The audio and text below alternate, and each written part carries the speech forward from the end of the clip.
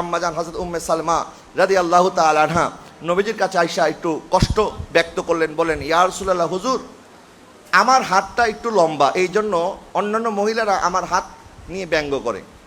তারা বলে তোমার হাত এত লম্বা কেন? তো এই যে তারা যে আমার হাত নিয়ে ব্যঙ্গ করে, এটা আমার কাছে খারাপ লাগে। নবীজি সাল্লাল্লাহু আলাইহি ওয়াসাল্লাম বললেন, তাহলে তুমিও তাদেরকে জবাব দিয়ে দাও, আমার হাত এই জন্য লম্বা, আল্লাহ চায় আমি যেন বেশি করে দান করি, আমি বেশি করে দান করি, এই জন্য আল্লাহ আমার হাতকে লম্বা বানিয়েছেন। তো প্রত্যেকটা জিনিসকে নবী পজিটিভভাবে নিয়েছেন। মক্কার কাফেররা নবীকে গালি দিতেন ইয়া মোহাম্মদ বলে, তো মক্কার মানুষ তারা তো আরবি ভাষা জানে, তারা জানে মোহাম্মদ শব্দের অর্থ প্রশংসিত।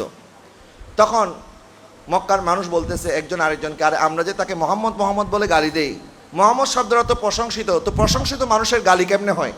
তা আমরা এক কাজ করি, ওনাকে মোহাম্মদ বলে গালি না দিয়ে মুজাম্মাম বলে গালি দেব। তখন তারা আমার নবীর নামকে ব্যঙ্গ করে মোহাম্মদ না বলে বলতো মুজাম্মাম।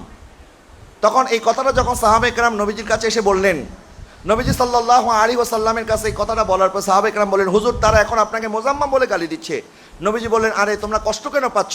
আমি কষ্ট পাচ্ছি না, কারণ তারা মোহাম্মদকে গালি দিচ্ছে না, মুজাম্মামকে গালি দিচ্ছে। আমার নাম তো মুজাম্মাম নয়, আমার নাম মোহাম্মদ সাল্লাল্লাহু আলাইহি ওয়াসাল্লাম। এইভাবে নবীজি প্রত্যেকটা জিনিসকে পজিটিভ ওয়েতে নিয়েছেন। আমরা সবসময় নেগেটিভ থিঙ্ক করতে করতে, আমার সামনের দোকানদার, তার দোকানে সবসময় বেচাকেনা বেশি হয়, আমার দোকানে একটু কম হয়, সাথে সাথে মাথার মধ্যে চিন্তা চলে আসছে, আরে তার দোকানে কাস্টমার বেশি যায়, তার মানে আমার দোকানে কাস্টমার যেন না আসে, এই জন্য মনে হয় সে আমার তাবিজ করছে, আমার তাবিজ করে মনে হয় দমায় রাখতে চায়। এই যে প্রথমে আমরা একটা বদধারণা করে ফেলি, খারাপ ইন্টেনশনে বলেছে, এই ধরনের একটা চিন্তা ভাবনা আমরা করে ফেলি, এটাও একটা রোগ, এটা একটা আত্মিক রোগ। নবীজি ইরশাদ করেছেন তোমরা বদধারণা থেকে বাঁচো, কারণ বদধারণা এটা একটা গুনাহ।